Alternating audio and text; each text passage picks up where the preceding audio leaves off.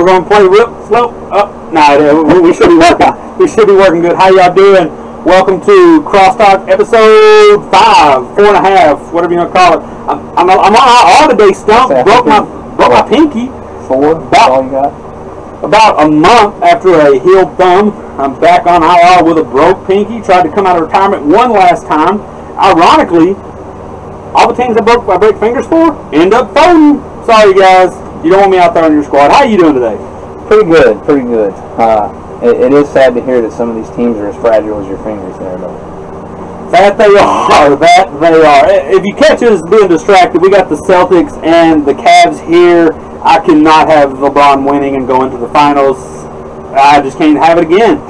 So, we're going to start off. Today's going to be kind of a relaxed show. We want to talk about whatever you want to talk about. We're going to recap some of the games that happened last week. We don't want to get in too deep because there's really nothing to follow on for the next week's show. Not many games going on. Hope everybody has a great Memorial Day weekend. Stay safe out there. We really want to hear from you guys. Give us a call in. Keep it somewhat brief. Keep it clean. If you get reckless in any way, we will drop you. If you start talking about something we don't want to talk about, we'll drop you. But give us a call. I think our first guest of the day, whenever you get him online over there, Mike, will be Joe Elder, the Elder. He's not going to like that one at all. Joe the Elder. Joe the Elder. Don't call him by his full name. You played with Joe a little bit, haven't you? I've played against Joe. I don't think we've ever been on the same team together, but I think I've played against Joe. I think he was back on the Wolverines teams that I played against with Derby City. Back in 1904. Yeah, back in his rookie season. His rookie season. Joe! The knob here? Yeah. Joe! Can you hear us, Joe? What's going on? Finally, we got you on the show. Oh, I'm getting some feedback. Yeah, what's going on? How you doing, man? I am not the problem. What's up? You got stuff with you? Yes. Yeah, I'm here. Hi, Mr. Stuff. Good to see you. Good hearing from you. So how you doing? You come off a fresh win? Yes, sir. Yeah, I appreciate that for Stephen A. a.k.a. Matt. I appreciate that. Now, in all fairness, I thought they had a quarterback. They had a quarterback that liked to get hit, I guess. Because the dude I was telling me, I'll be honest with you, I didn't know their second quarterback they brought in, number 10, he looked like he was that athletic. I didn't catch his name. I meant to catch his name. Number 10 looked like he was trying to make some plays out there and run. So, to me, we may have been the starter. But so what did... Go ahead, what? I was just curious, before we get him on later on the show, what did Michael Scott do? What did Michael Scott do? He did his normal thing. It looked like to me he was playing outside linebacker and safety. When, I think Washington played both sides of the ball too, but he seemed like they had him back off the ball, which, Mike's pretty much a pass rusher and in the box type of guy. He made a couple picks, and I think the first drive, either the first drive or the second drive, he actually picked Corker off. So, he had a real good game. How many personal fouls did he get? How many personal fouls? He didn't get any. Lies! I don't believe it. He did not get any. He didn't get into a push and shoving match. Of course, there was a little bit of talking and jaw jacking. But it was well within the 53 yards and sideline. So, he wasn't. Because I'm not going to lie to you, that was part of the game plan. If we wanted to, if it was going to be a closer game, get in Mike's head and he may turn the other leaf or something. But he actually kept his cool and he played the whole game and played pretty well. And to me, that's Mike's strength and his weakness. He plays with so much emotion that sometimes it hurts him, but a lot of the time it actually works out in his favor. So, I don't want to put any words in your mouth, Joe, but what you were saying is he was point shaving. He was what? He was point shaving. Is that what you said? No, I don't think he was. Because the only Mike I ever know is the Mike who's about to fight you. So if he wasn't, I think something's up. I think the MSFA needs to investigate. Yeah, once the pads go on, I think friend or not, he wants to fight you. I think it was just everybody there that he knew through the spring season and the regular ball. I think he was just more having fun. I found with the pads on that has not mattered. But no, Yeah, we're just giving him a hard time. I can say that I was shocked and surprised by it, but no, I didn't see any. To be honest with you, on both sides, there wasn't that many penalties. Yeah. Well, even from your all side, I mean, you guys have known to be or have been known to be a little aggressive yourselves as well. So. Well, a lot of our most aggressive people, we'll just put it that way, didn't make the trip. You know, Mr. Patterson is an athletic person, and Tim will get in there with him, lack of a better term, throw it around. Yeah. But no, I think that's a perfectly fitting term. You know, sometimes he gets a little bit of emotions and he gets carried away. I think sometimes he thinks he's he didn't make the trip. Sometimes he thinks maybe he's Lex Luthor. So, Joe, I need to get you on record here. What are you going to do against the Cavs? They think they can compete. They think they're going to win a ring. They took a couple of your Piranha brothers. I've heard whispers, Joe, just to add to that point, that if they add one piece, they're winning it all. Winning it all. And it's probably not you. Okay, what piece are they going to add to it? Maybe Joe Elder. Well, that piece ain't happening. and no offense to the Cavs organization. To me, that wasn't an option. Well, I don't want to. I don't know if I want to be the political type or the cordial type, but I don't see them beating our defense with nothing. Okay, so I know you can't control the offense as much. I know you play some offensive line, but you don't really get any touches. So let me ask you this: can you at least say they're not going to score on you? The Cavs are not going to score. The Kentuckiana Cavalry, not the whatever other Cavs out there. Those Cavs, they're not going to score on you. The Cavalry, they're not going to score on us. You heard it here first. Okay, just to clarify, Cleveland has scored now, so he must be talking about them. Hey, I'm excited. That's a whole other difference.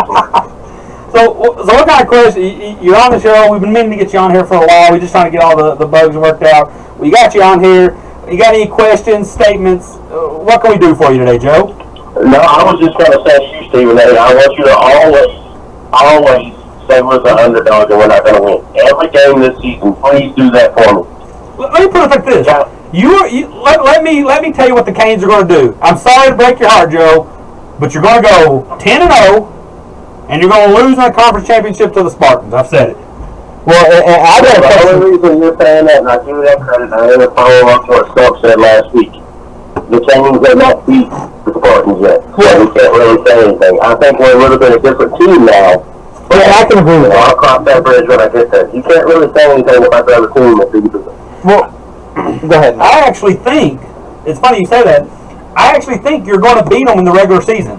When they come to Flagey in the regular season, I think you guys are going to be getting comfortable. They're still going to be, they got some ex-Louisville players that are going to be running high motion. It's going to be in your backyard. I think you're going to get that one. What I'm curious to see is when y'all meet up again in the playoffs. And every team by that point, you've already figured out what needs to be figured out. Who then has the advantage? But as far as regular season going, I don't see anybody that can take you down just based on either A, the schedule, or B, just the opportunity that teams may or may not have to beat you. Well, I guess we'll see how that unfolds. I do. Obviously, I'm going to go with the 7-0 season. That would be great.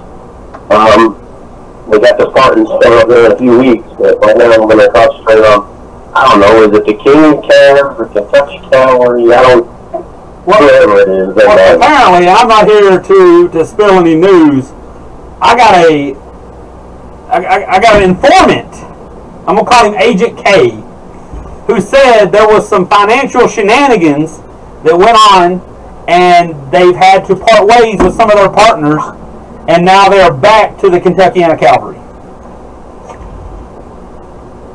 Interesting. So there has been some treachery.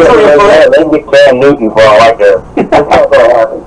That might change things a little bit. Well, Joe, what you need to focus on is your next opponent. How many burgers are you going to take out this weekend?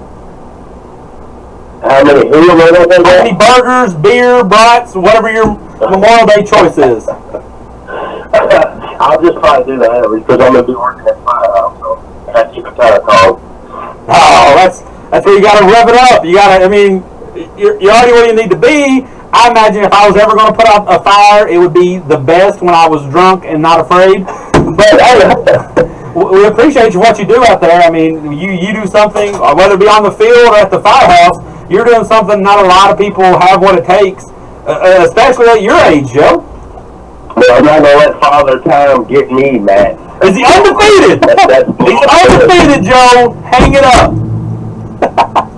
Blasphemous. I'll quit when I'm ready to quit. Father Time ain't going to get me. All right, Joe. Even though I don't want to be proven wrong, I'd love for you to see you get one more ring before you hang it up, man.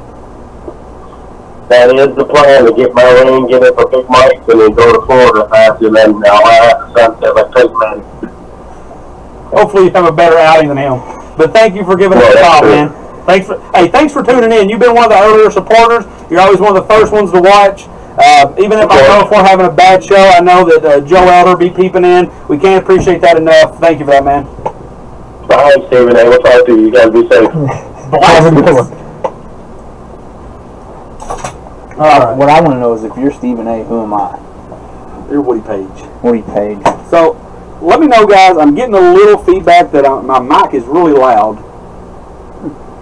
Kind of working on that. Stop talking so loud. I'm a loud talker anyway, so we might want to put my mic on mute. The opposite of our normal issue. Right. Last week you couldn't hear me.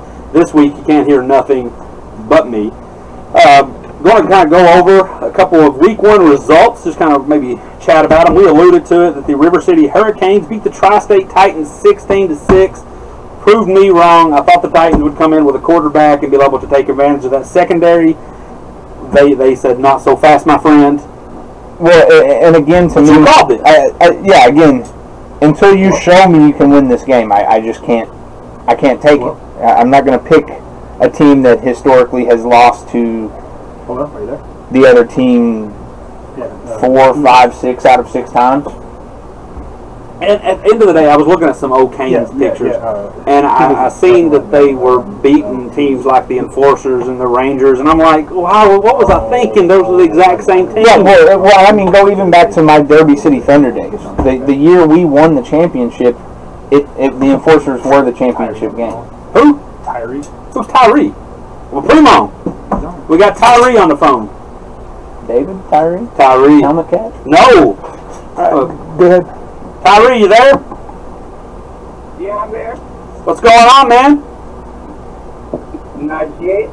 That's one. One more and you'll have to be gone. And strike out. So tell us a little about yourself, sir. Watch the profanity. Can you hear us? His phone's cutting out over there. All right, we may have lost. I think that's the guy from The Fury. The Fury. I think it's the guy from the Fury. I don't really want to hear from him. He says he's got a quarterback. I'm here. Oh, yeah, now we can hear you. So, hey, are you the one from the Fury? Yeah. All right, how you doing, man? I'm doing good. All right, so you reached out to me. You said that the Fury had something, had a quarterback. You tried to be secretive. You tried to be cryptic. Wouldn't tell me. What can you tell me now about this mysterious quarterback you got? Is it Cam Newton? No, it's Cam Newton, but he ain't Cam Newton, but he coming though. Maybe Brett Favre's coming out of retirement? Is he a mobile quarterback, a pocket passer? What do we got? He's somewhat in the middle. Okay. A little bit of both. There we go. All right. What else do you have? Why should I buy stock into the Fury this year? Well, you gotta be able to stop everybody. We got weapons everywhere. All right. So the Piranha stopped you. I was down there. You didn't have your quarterback, so you stuck to a heavy run game. Are you going to be able to give us a little bit more this season? Yeah. They stopped us the second game. It was pretty ugly outside. It was raining. It was pretty ugly. So. Excuses. Yeah, I mean, to be honest, and not to give excuses there, but some of those games I saw in that league were straight up mud bowls. Yeah, that playoff game was pretty nasty outside, and lights was coming out and all that shit. So, but I give it to them though. Piranha's a good team. So who do you play next? The Titans? Yeah, we play the Titans this weekend. So what do you got for them? Yeah, what's your prediction on that? Yeah, give me a score. I need a score. I'd say 36-6. 36-6. Hear that, Mike Scott? Oh, Yeah. I like that. I like that. Are all those going to come from your offense? Yeah. Well, our defense pretty strong too. You have Octavius McMurray, correct? Murray. We got Wallace Burnley. We're gonna get a couple picks. A couple things. And what position do you play? I play running back. Now, that one kid's back there, Cody kid. He's nice. I like him. What number were you last year or in the spring? 21. All right. 21. So, how many touchdowns you gonna have? I don't know. You get at least 2 out of you? Can you give me 2? Yeah, I might get you more than that. All right, because I'm telling you, hey, I'm going to take this opportunity to tell you, if they legalize gambling in Kentucky and Indiana, I'm going to get the proper license, and I'm going to open up semi-pro betting. And so you're telling me that I should go all in on the Fury this year? Yep. How much? Should I bet you all going to have a winning season? That bet you're going to make the playoffs, or bet you're going to win it all? Bet the check. You want me to bet my check on what? On the Tennessee Fury, we go all the way. The whole championship. We're going all the way. Airborne ain't much. I just saw the Rampage ain't nothing. You obviously see what the Rampage got. Rampage ain't do nothing. All right. Well, you know, one thing, I like to have fun on the show, and I'm all for making claims. I think that makes the world go round. But I'm going to hold you to it. If you don't win against the Titans, you don't give me 2 touchdowns, You gotta call back. I'm calling you. You can call me. Don't hide. Don't hide. Because, hey. I don't have nobody. Yeah, because we still owe Mike one today. Hey, if you score 2 touchdowns or you win by that, we'll give you your own segment. You come in, we'll give you 20, 30 minutes to talk about whatever you want to talk about. Hell yeah. All right, man, we got to get on to our next caller. I'm going to be peeping out on you, though. All right, take it easy, man. All right, he is confident. Yeah. A lot of I like faith. a lot of billboard material there. All right, getting back to the MSFA. All right, well, let's just talk about that. Is he beating the Titans by 30 points? I don't know if I buy the score, but I can buy the outcome. I need to see this quarterback they got. Absolutely, but again, until is it home for the Titans or for the Fury? I'm not sure. I think it's on the road, which will help. On the road for the Titans. For the Titans. Well, it's at home for the Fury. Right. Let me look at the schedule. Actually, it's not even on the new updated schedule. There's some crazy stuff. I can buy the Fury winning the game, but I'm not. I wouldn't put my chips in on 36-6. Are you putting your chips on him scoring 2 touchdowns? If he was on the fantasy semi-pro and you drafted everybody you know, are you picking him up and starting him? All right, give me 1 second. I can't yet because I'm not aware of him personally. He might be a sleeper. But he could be a If he sleeper. goes up there and scores 2 touchdowns, you know how fantasy works. He's not going to be on the waiver wire. Oh no, yeah. So are you picking him up if he's there? I'm adding him to the bench this week. I can't do it. There's too many guys up there. Who we got? Brandon Moss from the Hurricane. Brandon Moss. What's up, Are we going to have to keep our finger on the end call button? What's going on, Moss? What's going on, fellas? How y'all doing tonight? Pretty good. How are you, boss? I can't complain. That work on play. Y'all ain't got to put the mute button on. I'm gonna keep it PG-13. I'm gonna keep it PG-13. I appreciate that. First of all, we'll give a shout out to the Titans, to the Titan organization, man. They're gonna be something to reckon with down the road, man. They gotta get some pieces together, get some more players in, but they're gonna be all right. They're gonna be all right. One thing before we go on, I feel like everybody says that after they win. So is that like your way of saying, way to take that L? Nah. I don't. One thing my teammates know about me, I don't bite my tongue about nothing. Now I'm sure that they got. They're gonna be all right, man. They're gonna be all right. All right, they got Bishop and Washington back there and Scott back there. They're gonna be all right, you know. So now I'll just give them a shout out and they got a good owner with Shannon. We sat down and had dinner with her after the game. She's gonna put that organization in the right direction. You know. That's good to hear. Yeah, that's certainly awesome to hear. So what you got on your what you got on your mind, man? Oh, nothing, man. No, I just call in. First of all, I want to tell y'all that I enjoy the show, man. Y'all doing good things with that. Y'all doing good things with that. Appreciate it. You know.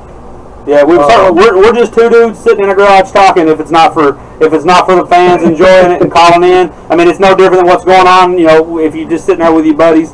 But it's you guys that makes it that next level of enjoyable. So we appreciate that. I'm going to put you on the spot. I put Joe Elder on the spot. Are you shutting out the Cavs next week? Go ahead. Are you shutting out the Cavs next week? I'm going to put it like this. We have the last 3 defensive player of the year on the Hurricanes defense. Me, Big Mike, and Tim Patterson. So we going to shut them down. We try to shut down everybody. Simple as that. You know, no knock to them, to the Cavs organization. But we going to come out, we're going to land up, we're going to smack them in their mouth. Now I want to go to the other side of this because obviously, I mean, the defense has been historically strong, be it the Canes, be it the Thunder, who basically were the Canes prior to that. How many points is the offense putting up? The offense is coming together, man. They don't get together. We got weapons all around the field. I think it's more of a timing issue. So. We're gonna get together. We got a couple practices before we play the Cavs. We're gonna get together.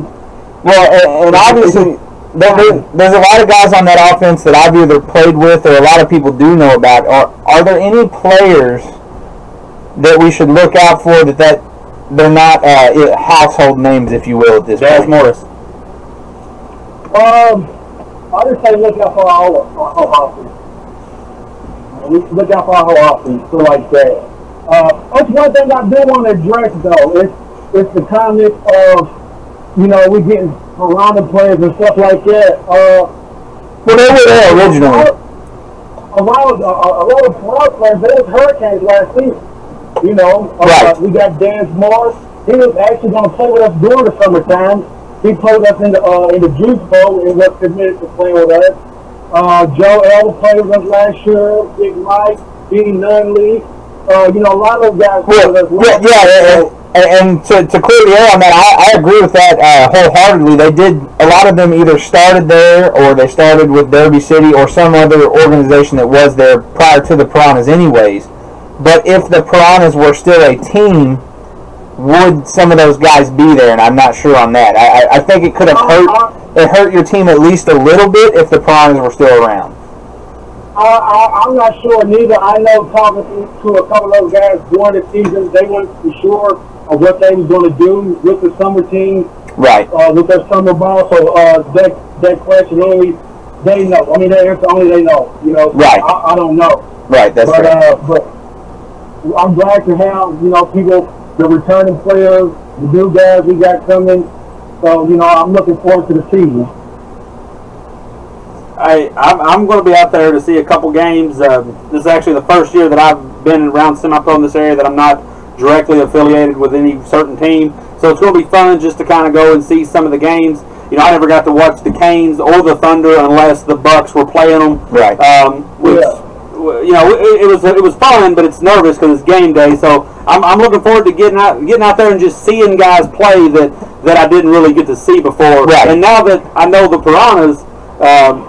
Through the Piranhas, I know guys like Joe Elder. I know guys like Brandon Corker, guys I didn't used to know before. Big Mike, yeah. So I'm excited to see you guys play this year. Did you hear I was talking to Joe? I think you're going undefeated in the regular season, but I think you got a hiccup coming in the playoffs. What's your thoughts on that? Oh, man, we just, I feel that even before the people came, I feel that we was a championship team. You know what I'm saying? But honestly, we're just going to take it practice by practice, you know what I'm saying? Try to get better every practice, and we'll go from there. As far as you coming out and watching us, man, let me know, and we'll tell I'll tell the date, let y'all win, you know what I'm saying? We'll put y'all in the press box in Flag Field. You had me sold there. Did they rebuild the press box, Moss? Oh, man, that's in the works. That's in the works for 2020. Now, all jokes aside, I did hear that Flagey got much better. They are doing some renovation, man. It takes time. That's more of the city or what they're going to do with it. So, you know, we're just going to play. You know, some zones that the field is limited in Louisville, and it's not even due to semi-pro football. It was due to intramural basketball day, so why we can't get access to, you know. To some of them, yeah. I feel like there's a little bit of a mixture on that. Some of it, you know. Yeah, a little bit, but as far as I'm a little bit. Yeah. A little bit. Yeah. Well, I got to get off of her. I got my last part back up. It was a pleasure talking to y'all. Good luck with the rest of the show, and I'll be tuned in. All right, appreciate Glad it. to have you on, Ma. I feel like he hung up on us. He broke up with us. That's not I have one more question. We're supposed to be like, call him back. Get him back on the phone right now. No, My next question was going off what you said, the hiccup in the playoffs. Is this the year they beat the Spartans? Do they finally do it? Now, whether it's in the regular season or the playoffs, is this the year they So I do think, yes. They overdo them. Yes, I do think they do beat them, but I don't know if it's when it counts. Right. Let's get back to through some of these other scores. The Kentucky Spartans thrashed the Northern Kentucky Colts 60-0.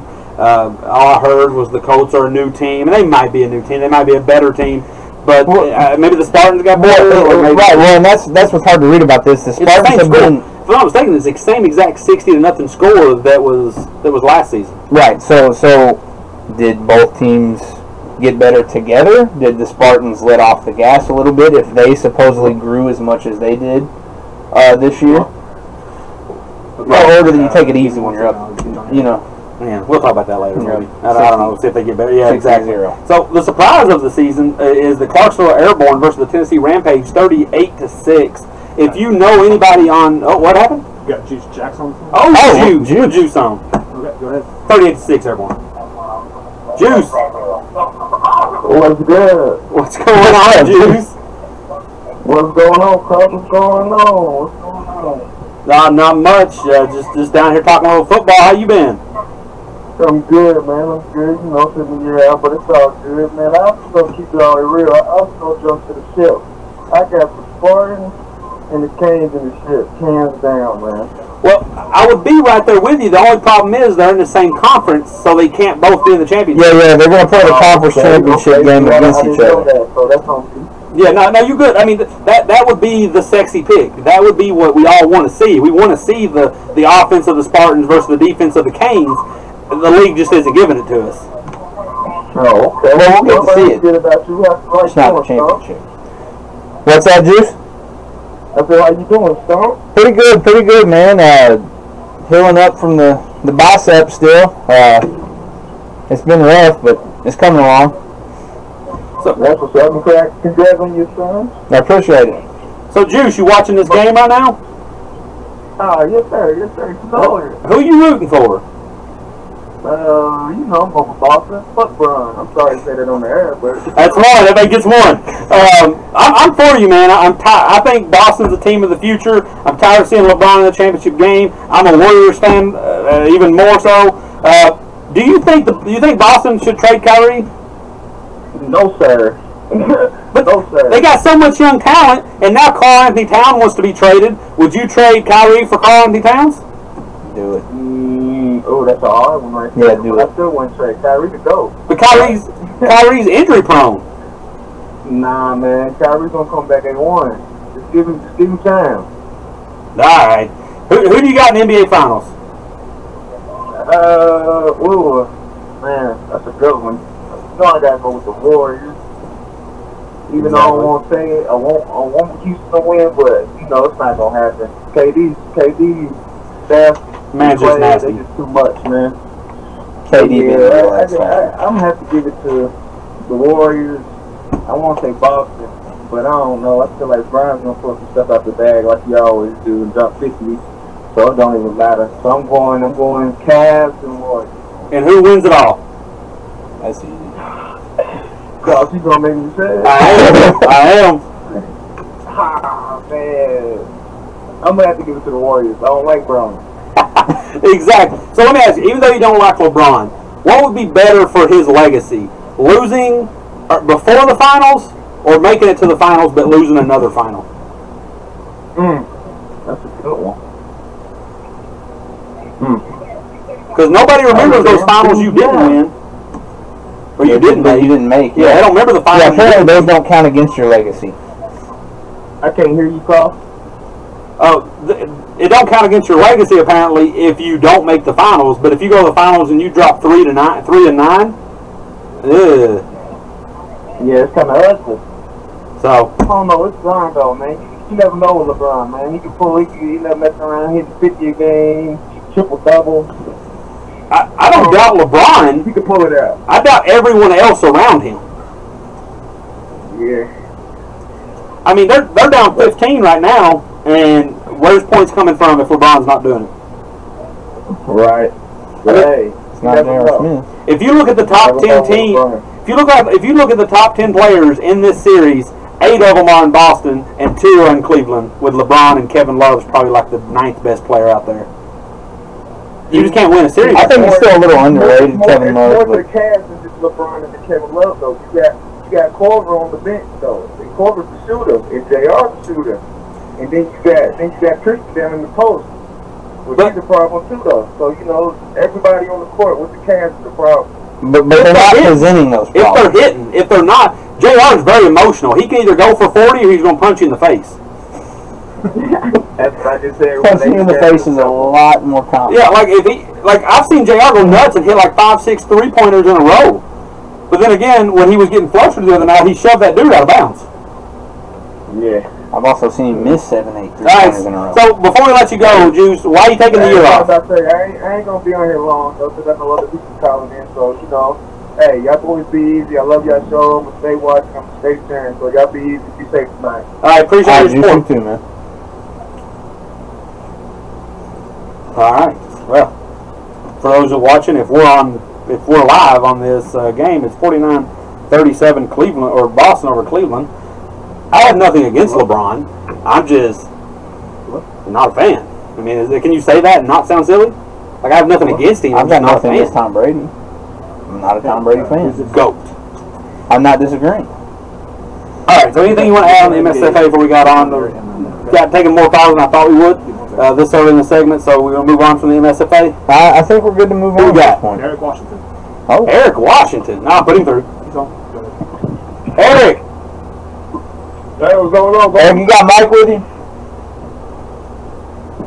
No, I ain't got Mike with me. Mike's at a low. He's hiding. Oh, no, he ain't hiding. We both watched, man. I finally got through with you. All right. I thought he was in witness protection. So I'm glad you joined. A lot of Kane love on here. Oh, yeah, man. Shout out to the Kings, man. They played a good game. They were solid, man. It was a dog fight. It just came down to the very end. So what they got you playing now? Oh, man, shit. Right now, free safety, sir. No more toting the rock? Oh, I'm still doing that every now and then, you know me. All right. After watching you back with the Enforcers, you could probably be 50, and I'll let you still at least get 5-6 carries. Oh, man, thank you, man. That's too much. Thank you. So let's talk. We're talking about the NBA. Let's take about your comparison. A lot of flack for going down to Middle Tennessee and getting that ring. It still shines the same, don't it? Oh, man, it's just just like about the TFA. The TFA was good ball, man. It was real good ball. I would wish like teams in Indiana would have a league like that in the spring.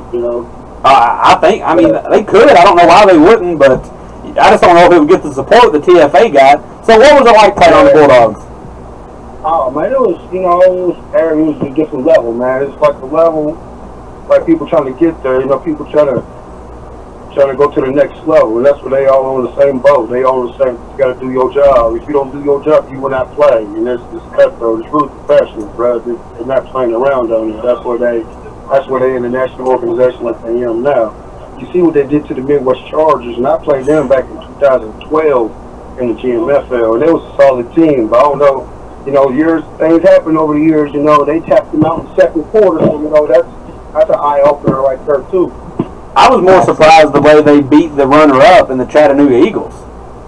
Man, but I mean, believe it or not, man, the Piranhas was probably better than the Chattanooga Eagles. Oh, okay. Maybe the Piranhas should have went to the GDFL. I don't know if they could have stuck around there. I mean, yeah. So I've seen that too, man. Are they the best? Is the Bulldogs the best organization you played for, like from an organized standpoint? Organized standpoint, yes. And people feel like everybody's. I role play down there, and it felt good just to learn how they run things. Because I was living in Indiana, and they done there in Nashville. But right. When I played, I did my thing. You know, people understand. It's like, yeah, I was like the 27-15 All-Star MVP champion. You know, but I became a role player, and I enjoyed it. I enjoyed coming off the bench. You know, so I enjoyed it. When I went in, I went in. I did my thing. You know, so it was. Well, to the dog. I feel like that's one of the struggles we have around here, and why I see us not having a TFA or a team like the Bulldogs in this area. I feel like everyone around here thinks they are the alpha dog and won't accept being a role player. So, what have you experienced here with that? I mean, what I experienced here, like what you said, but like, yeah, everybody thinks they're the top dog, like, but people don't want to be humble. People need to humble themselves, sir. You know, like, I can't. You know my reputation. So I'm against coach. I can't make every play. And once you get tired, you can't make every play. And plus, when you get tired, people start doing dumb shit. Excuse my French. I know we're on the talk show, but people start doing extra dumb. That's what one of the key points that we lost in the game. Yeah, I think people start panicking when they feel like they're going to be taken out of the game, and then they start making more mistakes. And then they get frustrated at themselves, but they take it out on other players and coaches. So, and you ain't got nobody to blame but yourself. There's been plenty of times I didn't fumble. You know, I can't blame the next person that I fumble. You know, right. Pick up, next play going. You know, and that's what I learned about the Dogs too. You know, they turn over downs, they threw interceptions, they fumble too, but it's. Next play, they just treat themselves like champions, you know. Well, and that's what I would be interested to know, because I've not played with the Dogs myself. I've played against them or coached against them rather, but do they have that mentality on the sideline where you pick your teammate up, or does it still seem like one of the other teams where you fumble and they're bashing you when you hit the sideline? Well, no, they pick each other up, you know, from the starters to the B team to the C team, you know, they pick each other up, man. They pick each other up, you know, miss a tackle, pick up and try again. You could have had an interception, get it next time, you know what I'm saying? Yeah, as a player, you want to make that tackle, you want to make the interception. Obviously. But I think that's the great. Ain't no down play. They don't do no down play. And that's what I'm trying to bring back up here to my organization. Ain't no down play. You can't down the next man that you better go to war with. Right. So before we let you go, I don't know if you heard, but the Fury claimed 36-6 win against the Titans. What you got on that? Man, I seen that, man. I heard, buddy, man. That's one reason I had to call. Man, I had to call. I was like, oh no. What? So what score do you have? 36-6. Look. The most points we given up last year was to the Dogs when we went down to Tennessee. That was 50-something. I don't see my defense giving up 30-some-odd points. I don't either, but hey, I mean, he said it, not me. I think y'all going to get that win. I think you're still a top 3 team in the league. Oh, man. You already know me. You said take nothing, man. 28-0 Titans, man. Shut out, man. There you go. I love it. I love it, man. We got to wrap it up, but I thank you for calling in. Thank you for tuning in, and give us a call next week too. All right. Oh yeah, shout out to CrossTalk and answer my calls, man. Anytime. All right. Before we go to the air, I tried to get to it. I got a little bit of trouble in the inbox. So we talked about everything but the Airborne. I'll be honest. I don't know much about how the Airborne won 38-6. It's impressive. When the rankings come out, you'll see that I have given a lot more respect to the Airborne. Me and Stump both. I just wish I knew what the Rampage had. The Rampage have always been a very solid team, and for them to just fall apart like that, or for the Airborne to be that good, I got questions. Do they take everything out of Clarksville? Well, Pretty much the Rattlers Wolfpack now. And with the Rampage, I've always questioned the offense. I've played against them probably 38 six times in my career, but their defense was always solid, to say the least. If they win, it's usually 6-0. 6-0. A team might score 16 on them or so. You know, I think we beat them. I beat them with Derby City 6-0 twice, maybe. Even. I feel like the Rampage own the record for 6-6 ties in like the KFL. I feel like that's something they always do. But sorry, Airborne, we definitely watching y'all. I liked y'all on the TFA. I'm going to be watching y'all in the summer. I just don't know what the Rampage have. I want to see what you guys have more of. But when we come back, we're going to talk more about the BCFL. Oh, well, we might got a call. I don't know if we're going to take this one first or who is it? Oh, depending on who it is. So we're going to take a call. We thank everybody who's calling in. Keep calling in. We want to take all the calls. We want to talk about everything you want to talk about. Call in with some questions. Call in with some, what are you thinking? Who's this? I feel like I keep asking everybody that calls in the questions. Uh-oh. Been disconnected. Who's this? Is this T-Ray? Is it T-Ray? Alright, yeah, just give me a second, alright? Oh, no. Is it T-Ray? Yeah, give me a second. Definitely keep your finger on the disconnect button. Yeah, give me a second. Okay, Like- just hit it. Yeah, just go ahead and... Alright, you guys are on. T-Ray, what's up? What's up, boss? Yo, fantastic, my boy. What? Still there? He's living out in Charlestown with a T-Mobile. He probably... I'm going back with cricket. Hey, you there?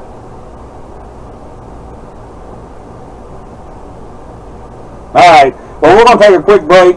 He can call it back. Yeah, try to call back. Try it again or not. We'll get some, no, we want to talk to you, Tyler. If you can get through, give us another shot. We'll be right back after this. Score. Celtics, more. Cleveland less.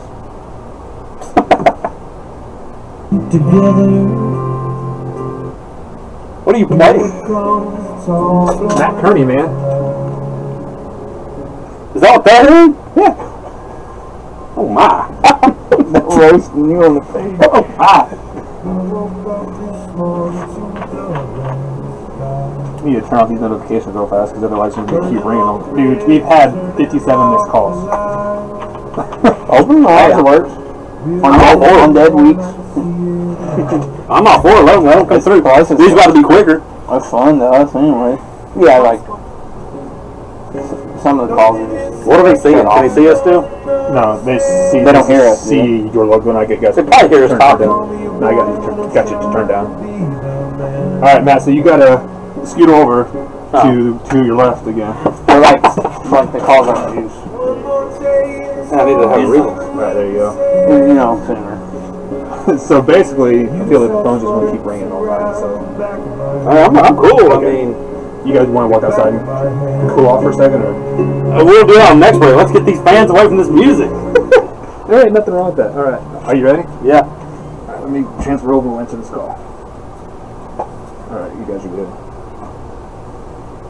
Good. We're up? Yep. Yeah, we're back. Sorry for whatever y'all heard while we were gone.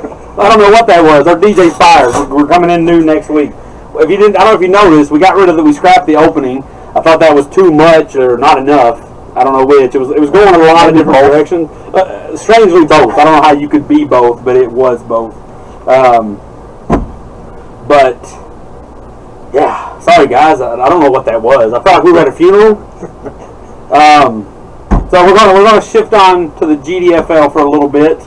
A lot of teams to cover. 27 teams.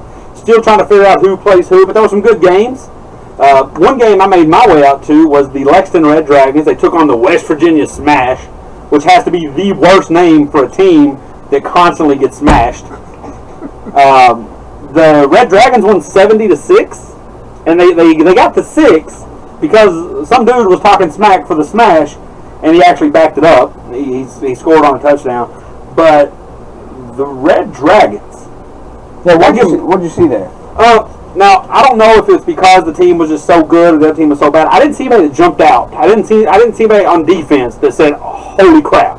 You know, you go watch these top defensive teams, the Bulldogs, for example. Right, so there's 3 or 4 guys out there that are just walking D1 looking athletes.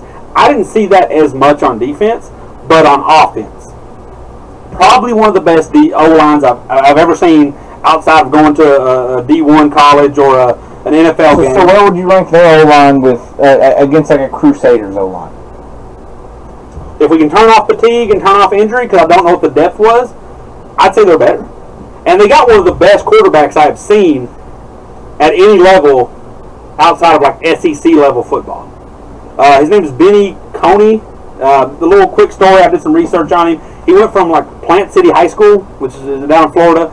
He played really good, went to Cincinnati. I don't think that worked out. I think he followed a coach to EKU. He had very impressive stats.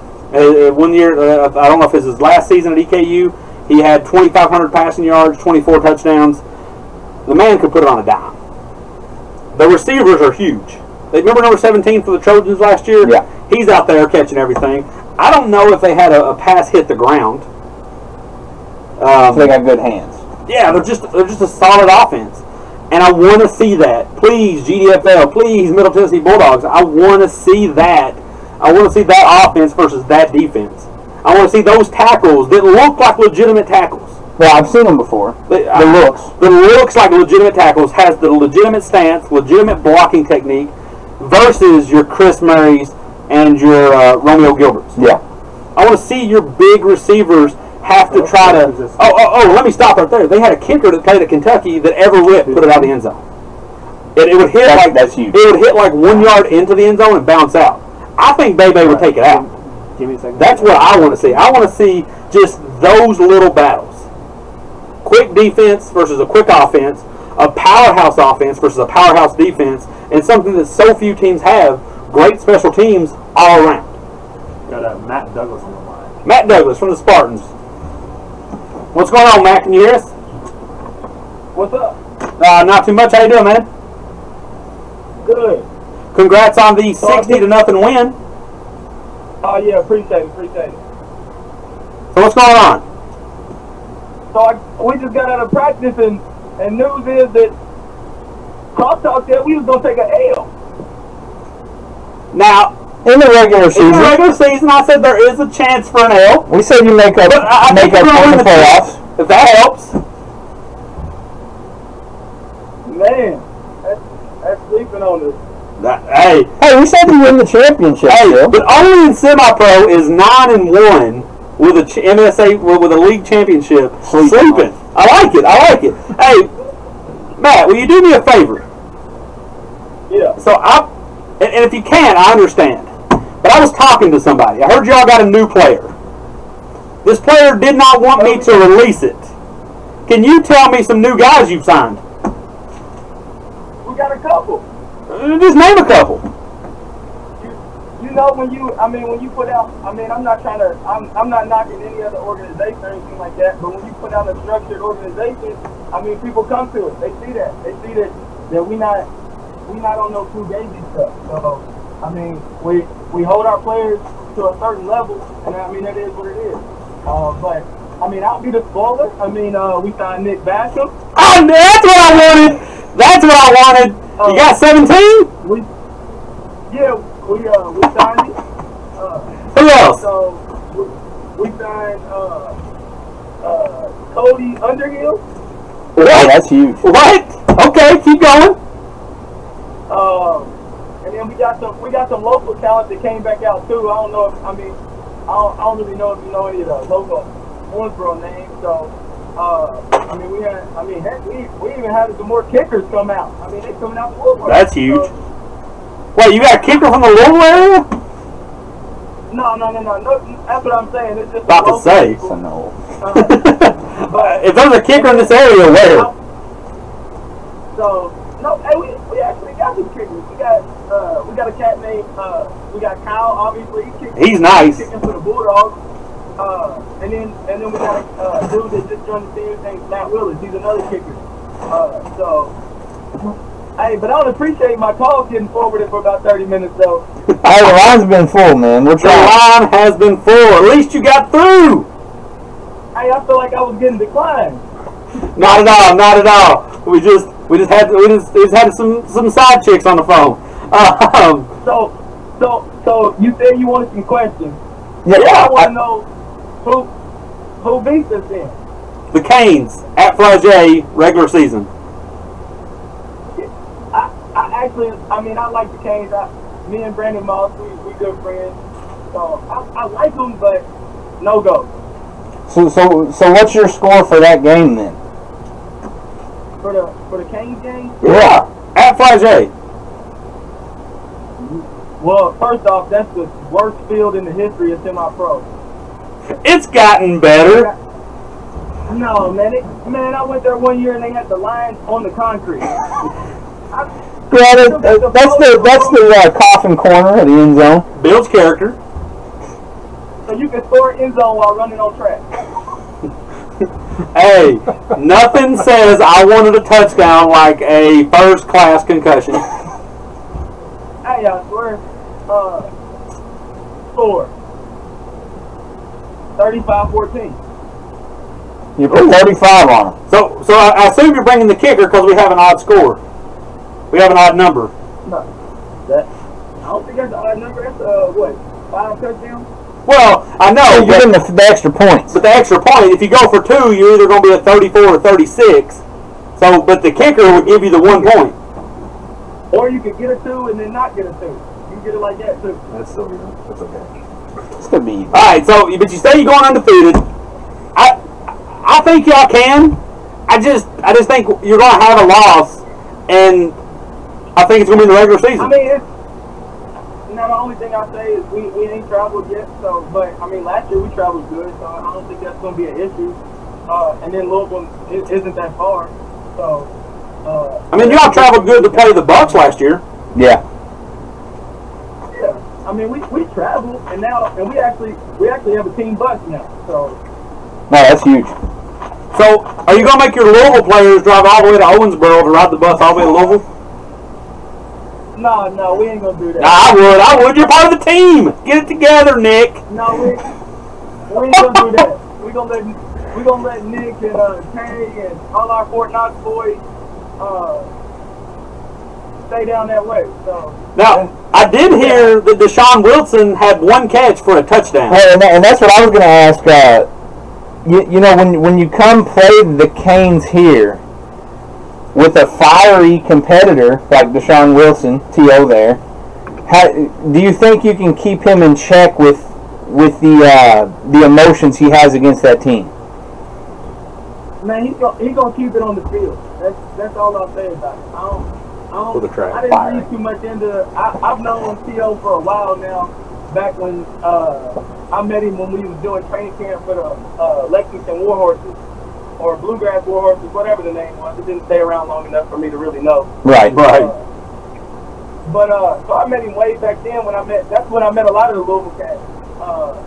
But no, I mean, he ain't going. And then on top of that, if something does happen, he knows that we gonna pull him out. So we ain't gonna let that happen. As a team, we don't let that happen. We got Tay, Teray or whatever, as one of the captains, and he's responsible for keeping him calm. So, but I don't think that's gonna be an issue at all. I mean, I know I thought the burning jersey was funny. Well, that's why I dropped the fiery competitor there.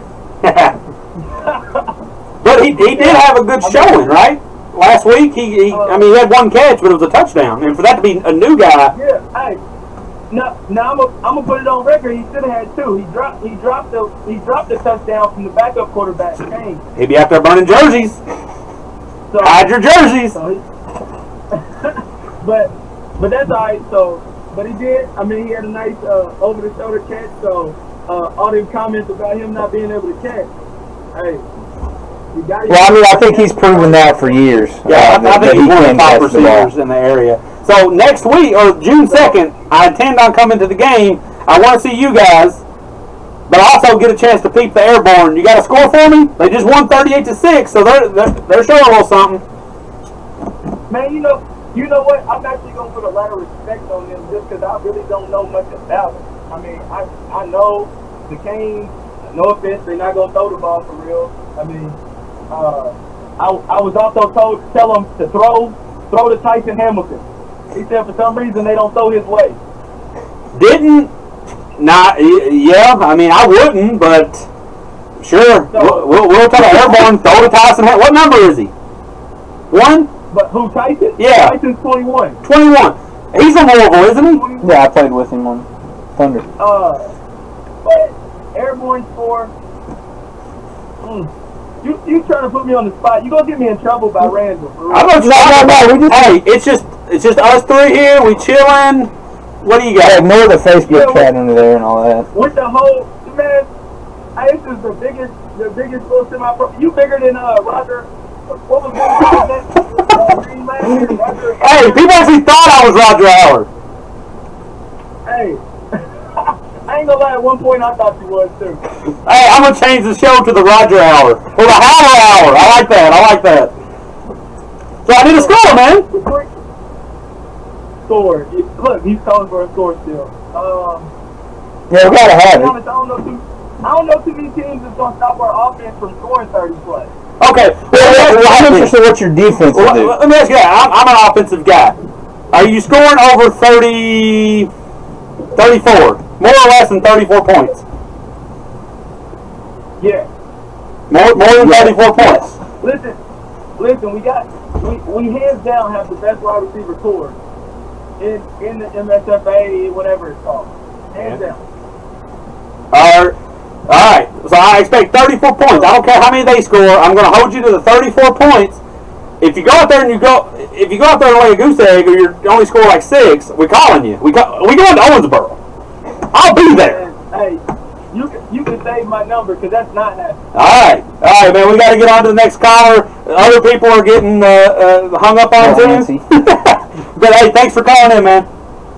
Already ended it. No, well, thanks, dude. Yeah, thanks. He's not on the phone. Bye. Thanks. All right, so I'm not going to go into this. So I was wanting to. Somebody asked a question on the Kentuckiana page.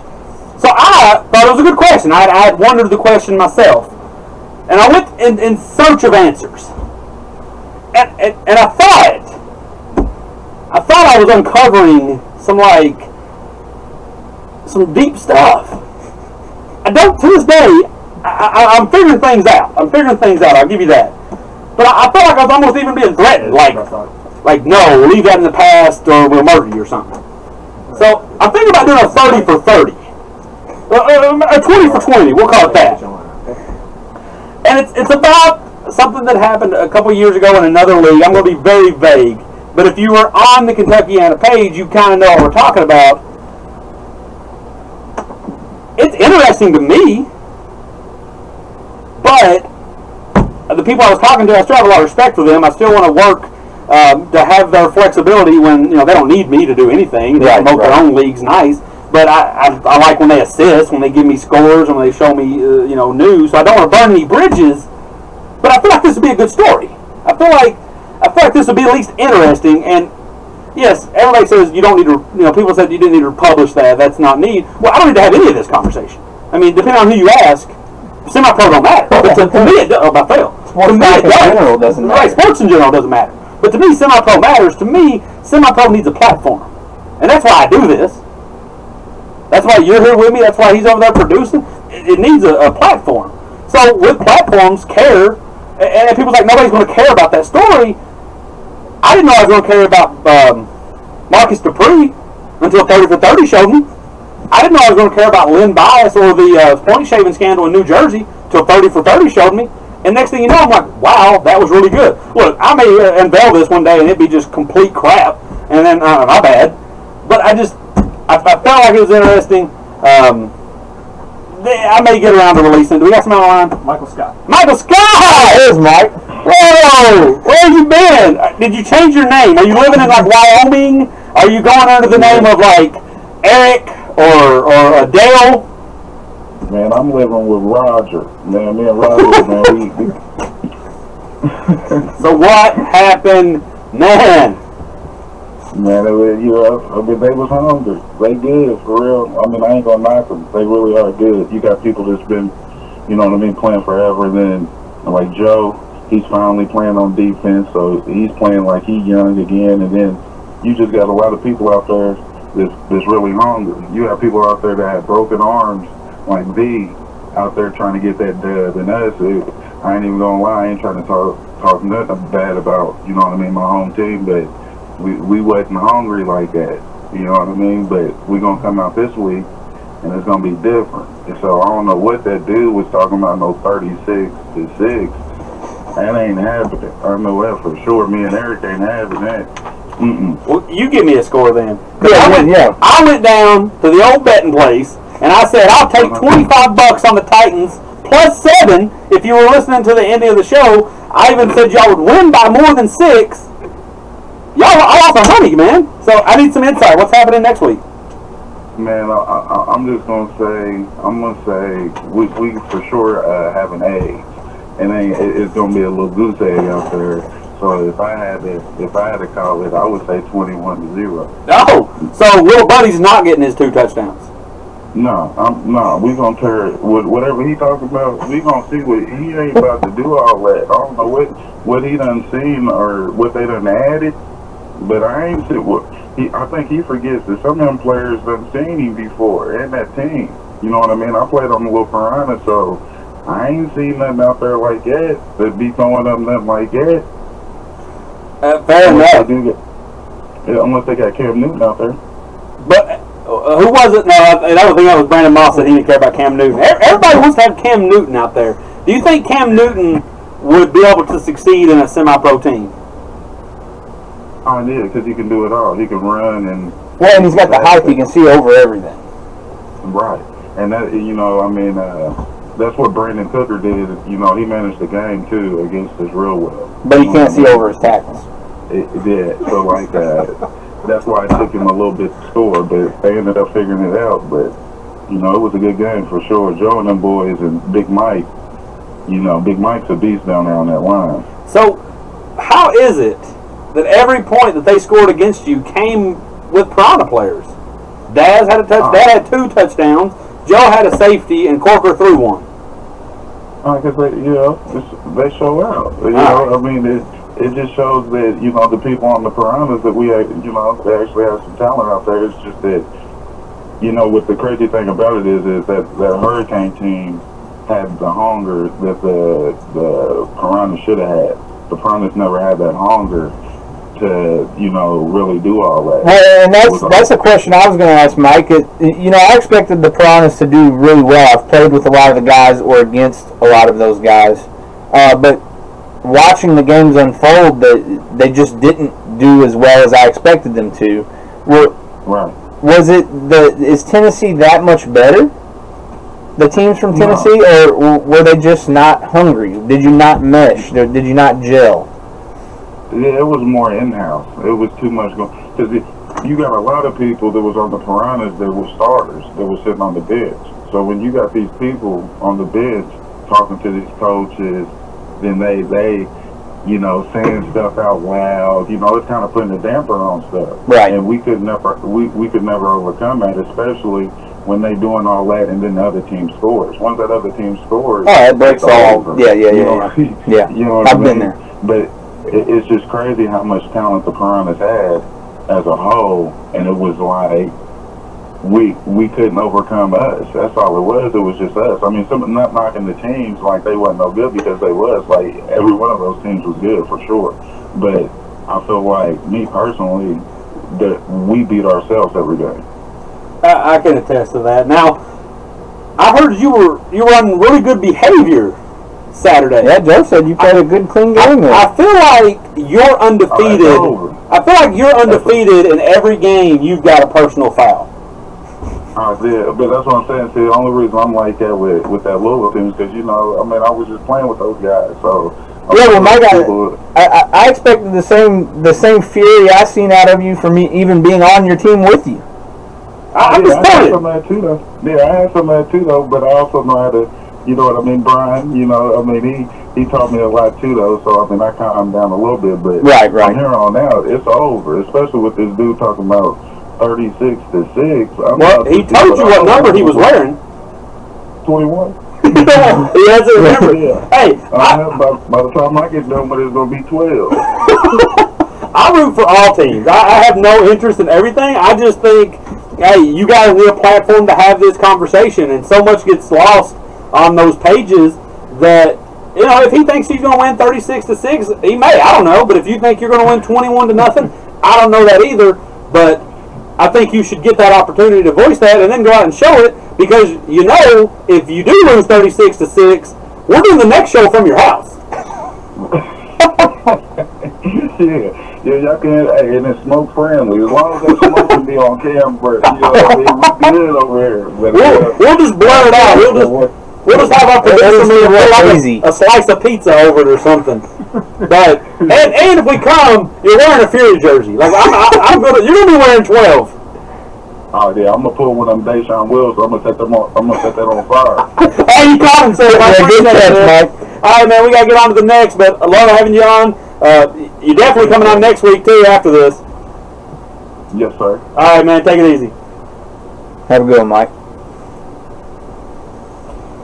All right, let's get caught up here a little bit. Going to go over some. We were talking about the GDFL, and I'm going to have to go in and out of the GDFL. It's so huge that you just can't really have one segment for everything. Touch on some BCFL scores. The number 1 Columbus Gladiators smacked the Tri-State Saints. We come to breaks there. Saints, I told you. Bugging here. I told you. Don't give up, because now the Kentucky Colonels / Trojans have lost or have folded. The Piranhas have folded. There's 8 teams in a league that allows 8 teams into the playoffs. You're in. You're guaranteed 2 wins, and you're in the playoffs. Assuming there's no format change because of the 8 teams. Now. Sure, there wouldn't, because I hope not. I hope not, because I think it gives them hope. And I mean, they're not going to make it far, but so they lost 48-0. Crusaders beat the Dukes 41-6. I'm a little let down. Only because I love seeing high scoring and I love seeing offense. And they had a 41-0 lead, which if you do math says, hey, we're going to win 82-0, and they win 41-6. I know you got to get backups in there. You got to preserve your starters. But come on, Crusaders, try to put 70 up next week. Well, you can't because everybody you keep playing, folks. They do. King Comets finally get their first taste of action. Play the Cincinnati Gators. They win 34-2. They got a 2-0 win against the Piranhas, and then by default, yeah. And then the West Portsmouth Tanks go to West Virginia, if I'm not mistaken, win 42-14. West Virginia gets on the board. Well, that's impressive just because of the trip. Yeah. I mean, which actually it might have been in wherever West Portsmouth is, but I don't think that's too far from West Virginia. Either way, I think they're kind of close. And then the Colonels, before folding, actually snatch a win to go 1-9 against the folded Piranhas this week. BCFL, I think the one thing I find about it so interesting is because we've been involved in leagues, whether you go to the 2014 KFL where the Piranhas dominated everybody, or the Piranhas, the Pythons dominated everybody. The MSFA last year with the Bulldogs, the MSFA the year before with the Comets. I think there's only 4 teams. I don't care if nobody says. There's only 4 teams: Gladiators, Crusaders, Comets, and Tanks that can win the BCFL. But they all 4, in my opinion, stand a chance, depending on how the playoff formation goes, where they play at, who's healthy, who's playing, who didn't have to work. I know that's how semi-pro works, right? But with those 4 teams, I think you can have anybody as well. Well, and that's what I was just thinking through, looking at the list here. The fall off between the first 4. It's huge. But with that being said, 4 solid squads that I think any one of them could win is still rare. Oh, it absolutely is. Especially in these smaller leagues, anyhow. In a league that still contends. They give you hope. We're going to jump back to the GFL again. Like I said, the Red Dragons. I asked the man at halftime. Sorry, Smash. I asked the man at halftime. I said, wait, what? Alright, well, the Comets quarterback joined the Columbus Fire as a receiver. Okay, so I don't know what that means. I'm going to have to redo everything I've ever said. But apparently we just heard that the Kings Comets quarterback have joined the much better I mean, and that's saying a lot because the comments are good. Columbus Fire as a receiver. That guy should call in. That's a guy I want to talk to. I got questions. Wherever you are, I got questions. Call in. CJ Talley's his name. CJ Talley? Well, give us a call, CJ Talley. I went to the Red Dragons game, and when I got there, I didn't think we were that late. Walked over the hill, Paul Lawrence Dunbar High School, 20-0. I was like, oh man, how late am I? And then they said 7.5 in the first quarter. And I was like, oh wow. So then they score anyway they want. They're actually up 43-0 with like 6 seconds left. Dude has a pick six, takes it back to the house easily. They call it over. I don't know what happened. But I went to the defensive coordinator. Or I went to a coach. He turned out to be the defensive coordinator. And I said, I want you to put up 70. Like, I need to see this. I was joking, but I really wanted to see it. And they put up 70. Including the final 3 minutes, about the second half of the run clock, and it ran through everything. I'm talking about somebody got hurt, it just melted away. Like, it did not stop. It was like real time. They put Michael Thomas in. Michael Thomas from the front is number 14. Breaking news, if you didn't know, he's there. Put him in. He is a substantial step below their actual quarterback. But you can't blame him. The dude was a 5-star dude from Florida. Right. You can't live up to that. He comes in, makes a beautiful pass. Remember Tavon? I don't remember his last name, from the Trojans. Super fast. Hits him on a wide open play. Should have been a touchdown, but it was a little underthrown. They're trying to score. Michael Thomas slinging the ball everywhere. Literally, they're up 67-0. Slinging the ball everywhere. I love it. I'm sure they're mad. They at this point, they literally have no one on the sideline. If someone caught a cramp, it would have probably been called. So Mike tries to score a touchdown. I think they get a holding call. I think he throws a couple of passes over, overthrows them. 3 seconds left. Here comes that kicker from Kentucky and nails a 47-yard field goal. That's unheard of. In semi-pro, yes. Even at some colleges. I mean, I'm a Kentucky fan. I've seen a lot of kickers miss those. Nails it. They win 70-6. I'm happy I got my 70. Another big game. The number 6 ranked at the time, Erie Express, played the number 10 Cleveland Cobras. I guess Erie and Cleveland's not too far. I know you're familiar with that area, being a Pittsburgh fan. I'm trying to think. I wouldn't think it's too terribly far, but it might still be a decent distance. I'm not sure. For semi-pro practice. Right.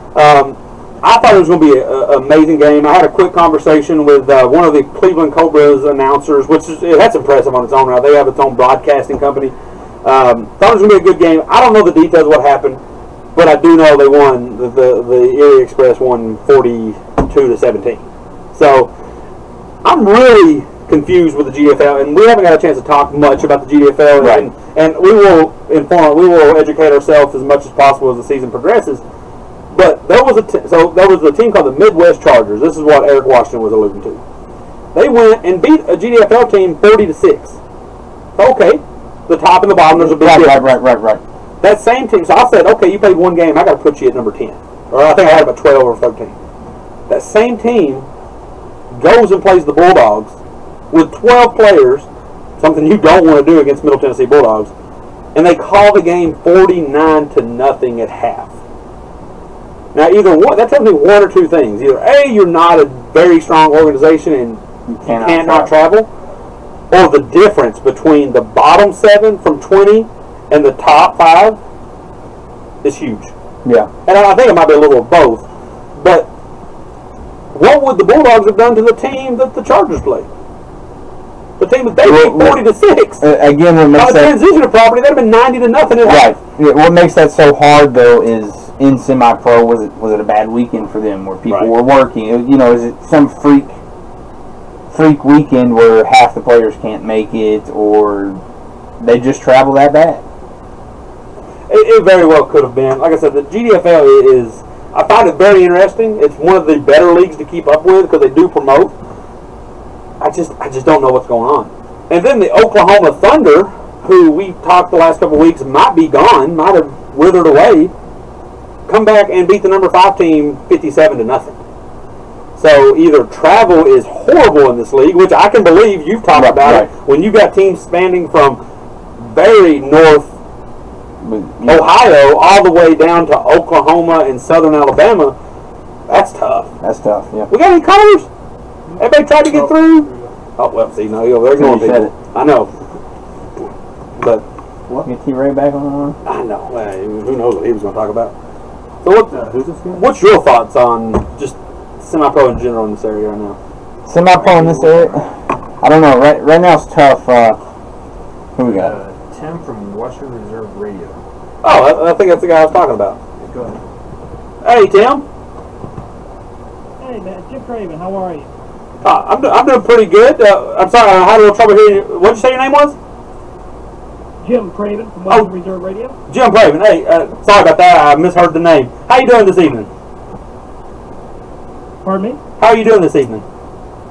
Excellent. We're hanging out in the studio trying to get some pre-game stuff done for the Cobras game Saturday. I think they're going to be one of the only teams playing over the Memorial Day weekend. Yeah, I saw that. Who are they playing? They're going to be playing the Buffalo Spartans. They just played the Central Ohio Cavalry and came up with I believe a 42-6 win or 43-6 win last Saturday in Buffalo. So I think that's going to be a pretty good game. I think you guys should win no problem, because didn't you guys beat the Cavalry 66-6? I want to say. Yeah, it was 63-6. Cavalry, a very, very young team. As a matter of fact, Cavalry traveled up to Buffalo for that game. But you start to be a little concerned about how Buffalo travels. But either way, they seem to play well. They seem to have a solid organization. So it should be an entertaining game for what's supposed to be a very nice Saturday night up in Brooklyn. Yeah, now, do you think, and I imagine you guys have a very solid organization. Around here, not so much. It's really tough to get games during the Kentucky Derby, during any holiday, even 4th of July, even Mother's Day is tough to pull a game. Are you expecting, even with it being a big holiday, that you're going to get a strong showing and a strong outcome? Yeah, the preliminary indications it should be pretty good. It's it's going to be one of the only games, and Cleveland has multiple teams, so those are going to be guys that are going to be off, and I'm sure are going to show up to see some football. And Memorial Day weekend is a little bit odd. A lot of people travel, but the feedback we're getting, it seems like it should be pretty decent. It's going to be in the upper 70s at game time. It's supposed to be clear, so it's supposed to be a beautiful night. So I'm saying this playfully. Are you guys the best team in Cleveland? The best football team in the city of Cleveland? I think there would be a lot of arguments from teams like the NEO Predators. And no, I'm talking about the entire city of Cleveland, like the Browns. Well, I'll tell you right now, we have eclipsed the amount of wins that the Browns had last year. So probably in the last 2 years combined. No, I mean that all playfully, but yeah, that's the thing that as I start to try to study Ohio teams, it kind of throws me for a loop, because they don't really embrace the city name. There's a lot of Northeast Ohio's, a lot of Central Ohio's, and if you're not familiar with Ohio, it's hard to pinpoint those teams. Because NEO Silverbacks, is that in Cleveland? No, the Silverbacks are based in Akron. NEO acronym is used by several teams, but they're Akron based. I love that name. NEO Silverback, gotta be. Are you there, Jim? Yes, sir. Oh, I'm sorry. So, can you give me a little breakdown about what happened? The Erie Express, I thought it was going to be a really close game. The final score didn't quite indicate it. Can you give us some further detail of that? Bob Gessler and I had that game. Mark was off, but they came out in the first half a little bit flat. Just really couldn't get anything going. Was very short on the bench, and the quarterback position became a little bit of an issue as Brandon Robinson suffered an injury off the field at work. So that may be season-ending. Don't know at this time. And Brian Cover, the other quarterback, had been out, having been banged up a little bit in preseason. So Bo Beagle took them the entire way. Again, it was a tale of two halves. In the second half, they came out more adjusted. They came out more polished and started to put some points up. But by that time, they were down so far. They were down at 28-3 that it was difficult to slow them down and eclipse the amount of points that they had. So again, it's a slow start that kind of bothered them. But take nothing away from the Erie Express. That Paul Pennington and crew up there do a fabulous job, and that's a great organization.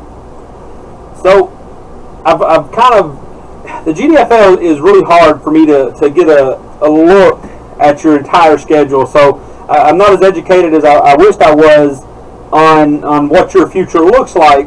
But I think in that area, you guys have a chance to make a run. I mean, you do have Erie up there, but I think for the most part, the teams, they're maybe good organizations, but they're young. I think you'll have an opportunity to adjust some of those changes. What's your thoughts on that? Well, certainly I think that when the Cleveland Cobras left the PAFL to go to the GDFL, they were looking for different scenery, but one of the things they did, and using the owner's terminology, Jesse Caldwell, they burned the castle down. They wanted to restart. They were bringing in young, unheard of talent, so they expected to have their bumps and bruises along the way in 2018. Certainly you have the Central Ohio Cavalry. I got to see them play up front, and they are an extremely young team. They play very aggressive, athletically gifted. They just don't have the experience that some of the teams have. And then you run into a team like the Erie Express, who year in and year out, they are a solid organization, and their players are great experience coming out of college or high school, wherever that may have been at the time. They're definitely the favorites in that region, whether it be the extreme north or extreme east, to probably make it further into the playoffs. And right now, they're leading the league in points. They've scored 134 points so far and only given up 23, 17 of those, of course, to Cleveland. Right. And so, do you guys have anything on your schedule that would send you on a road trip? Do you have any trips to, say, Chattanooga or Alabama? No, there's not going to be any real long trips this year. Of course, once you get into the playoffs, that could all change. Yeah, that's game changer. I'm sure that regionally, you're going to be looking at going to West Virginia to play the West Virginia Smash. I think that's going to be their longest road trip. Buffalo's going to be a couple-hour trip. But other than that, everything's pretty reasonable until you hit the playoffs. And then from there, it only plays out with, I guess, the seeding. And you could be going as far as maybe Louisiana or as far east as North Carolina, from what I understand. But right now, all the travel is very reasonable. It really shouldn't be an issue for them. So, from my understanding, I couldn't get a real clear answer, but I got, I believe, enough. It's going to be set like the NFL. The winner of each division will make it, plus two wild card teams, if you want to use that term with them. I don't know if they do. So you're already a step behind the Erie Express, which means you're pretty much fighting for the wild card spot. Unless there can be a bounce back.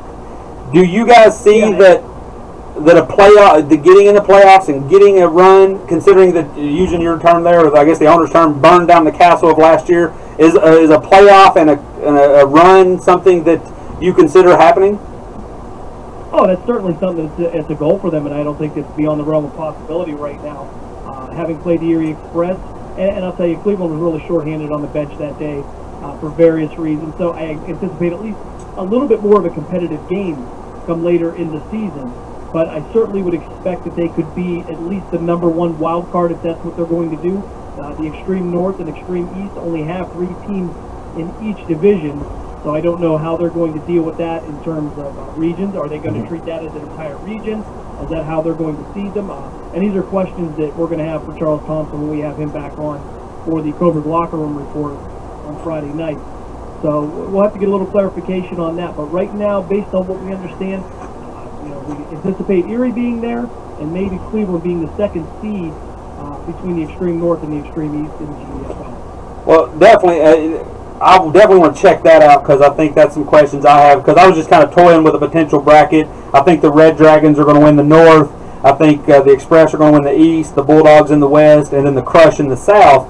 And then that really leaves, unless something really pops up, that really leaves the Cobras, the Rockets, and the Eagles all fighting for those 2 wild card spots. The Eagles off to a rough start, played the top 2 teams in the league, and are 0-2, or I think they got to win this weekend. So they're already behind the 8 ball a little bit. But I think you guys can make it. The way they seed it, where they have you going, or whatever. But I'm definitely interested in checking you guys out, and I love the way you promote your team. Guys like you make it much easier to speak knowledgeable on a team.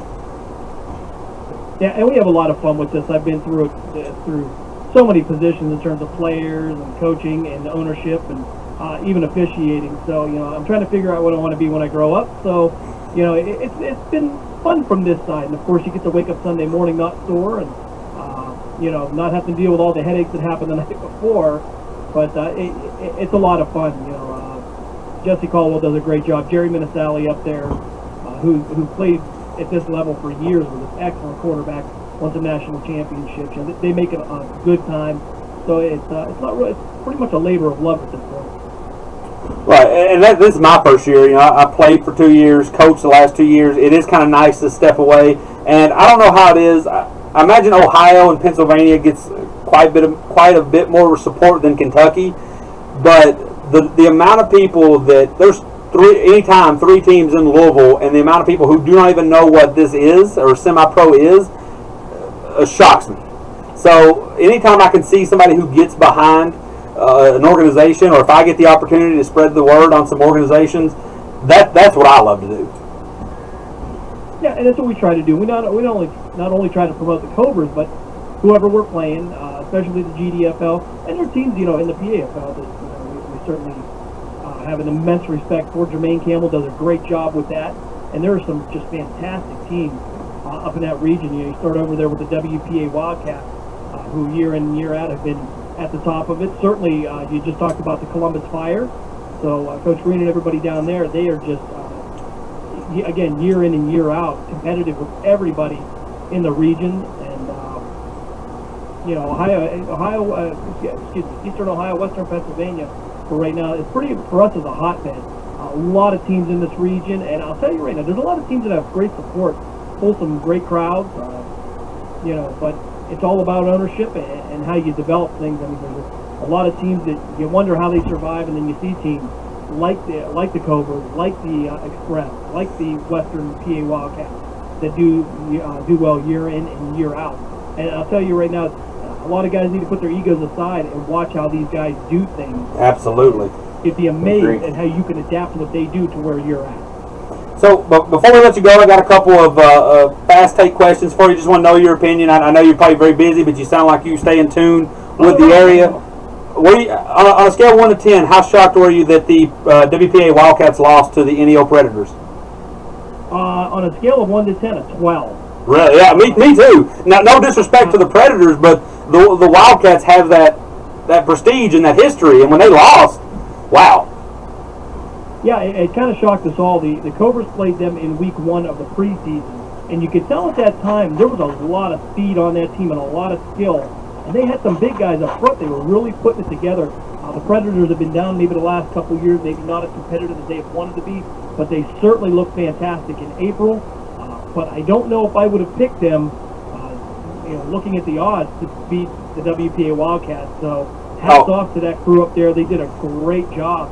A little controversy at the end. I'm not real sure what the outcome's going to be on that. Jermaine Campbell, I'm sure, will address that. Well, he did post on one of the pages, he did post that either due to travel or circumstances that they're going to let the final result stand of the 26-24 or 28-26, that they're not going to play that final 30 seconds.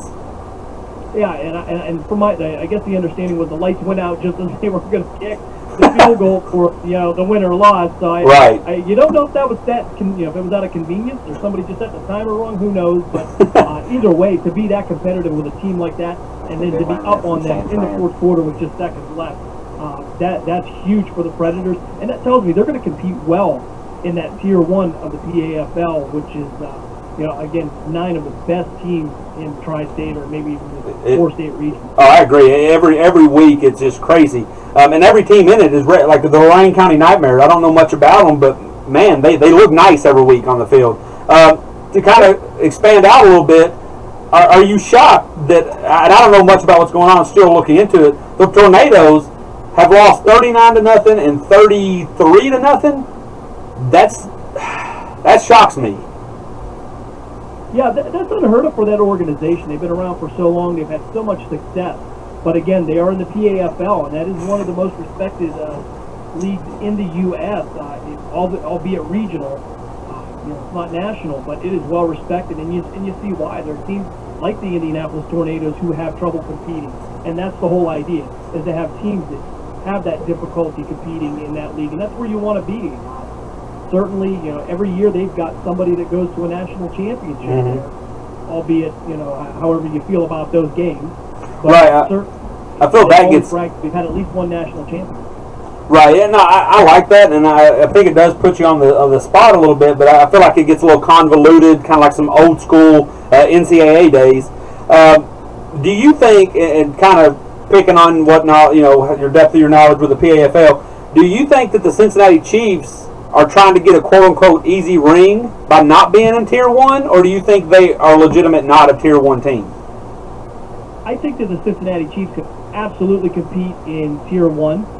Their choice was to be Tier 2, but there are teams in Tier 2 now that you have to watch that kind of fly under the radar a little bit. They don't, I don't know, there's not a big social media presence or whatnot, but the Canton Pitbulls are absolutely loaded. And yeah. It seems that maybe you're looking at a championship matchup with the Cincinnati Chiefs, and that's going to kind of be a 50-50 shot for either one. I think the Pitbulls have outscored, and I don't know what level of competition, but I think they've outscored their opponents, I want to say 130-something to 12. That's impressive at any level. Yeah. And then the Butler County Broncos, the BCFL winners of last year, have been off to a nice start. I don't think they've given up any points yet. And even though the score didn't show it, the Dayton Hornets really hung in there. Yeah, and they were actually leading that game, I believe, at the half, 21-6. So they've got a little bit of growing to do. Not a new team in terms of players, just playing together. Yeah. They're going to be competitive, and if they meet up again later in the year, and I'm not sure how their schedules are going to pan out, but that could be a different story come later in the season. But certainly down in that region, and I can't remember quite how the divisions are set up in the CAFL. Cincinnati Chiefs are definitely the favorite in that area, and I think up here in the Northeast, you're looking at the Canton Pitbulls as a favorite to make that Tier 2 championship, which would be formerly the Ohio Football League. Yeah, I know this sounds petty, but I think if you just kind of look around, it does make a little sense at the semi-pro level.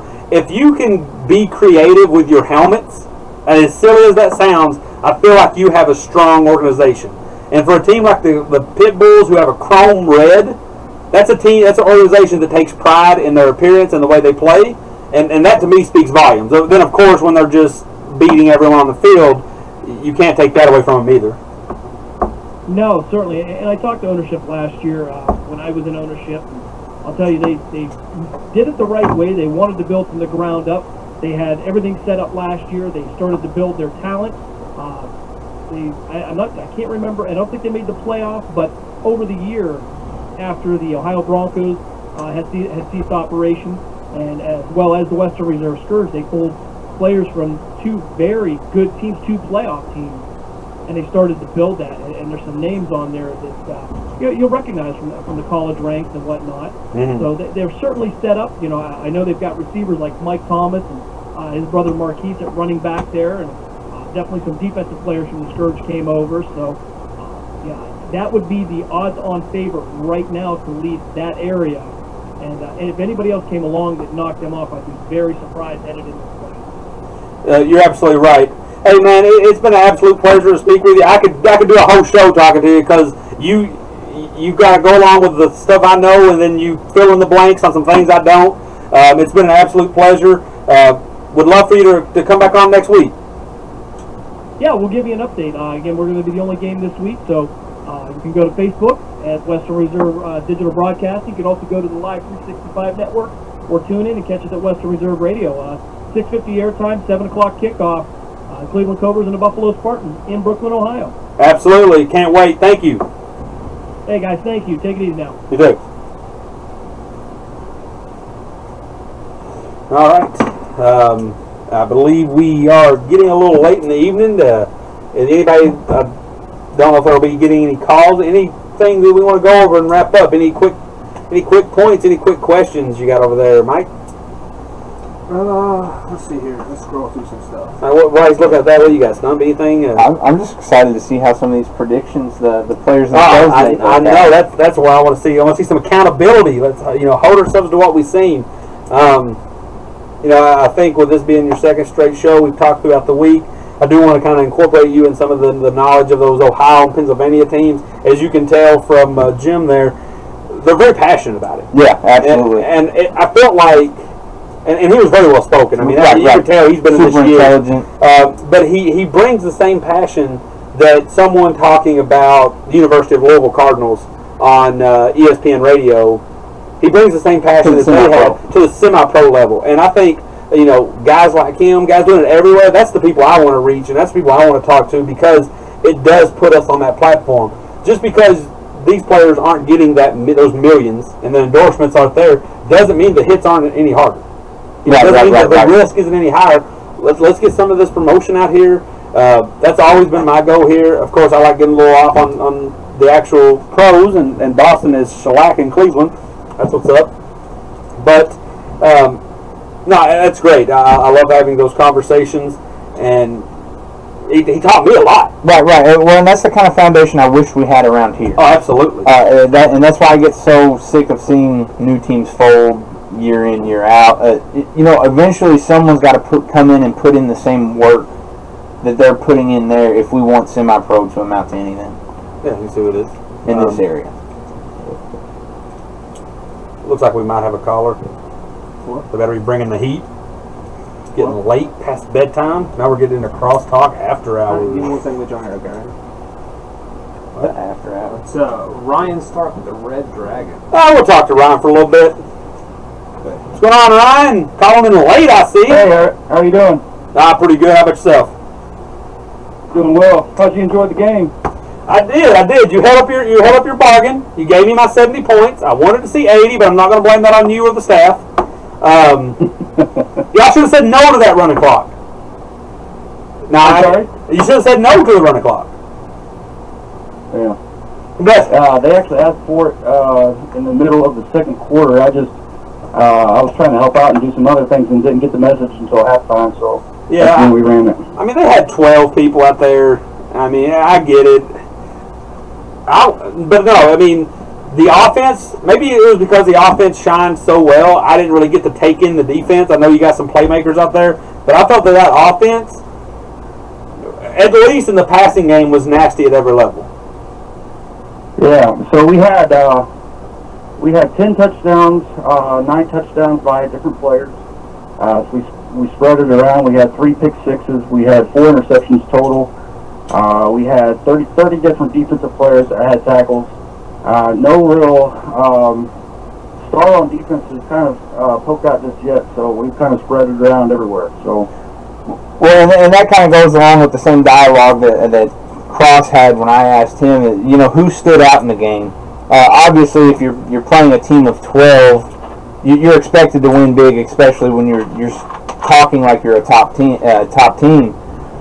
But I was asking who stood out on the defense.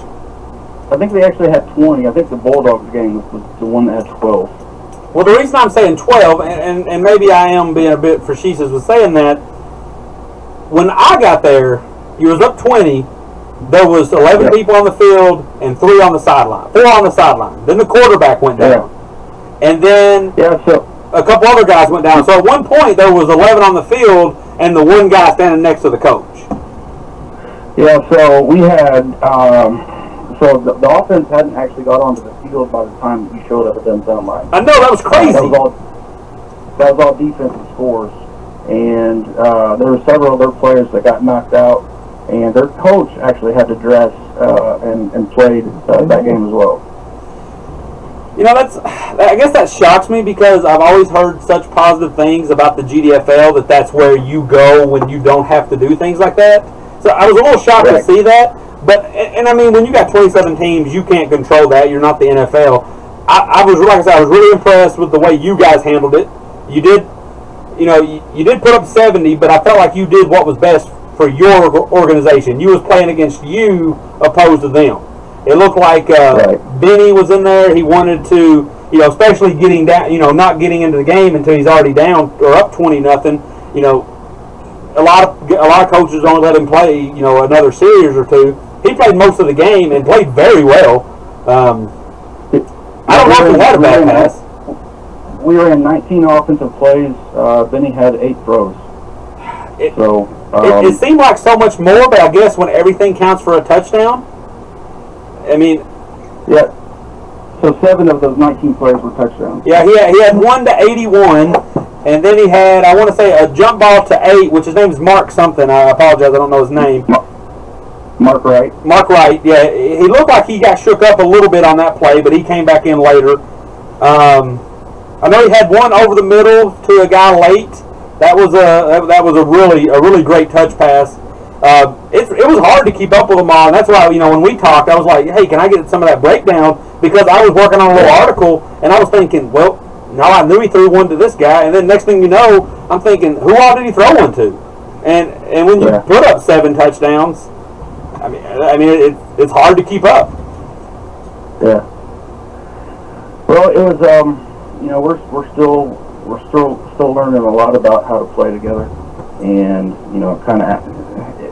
we kind of started doing some things to put in, use it as a practice.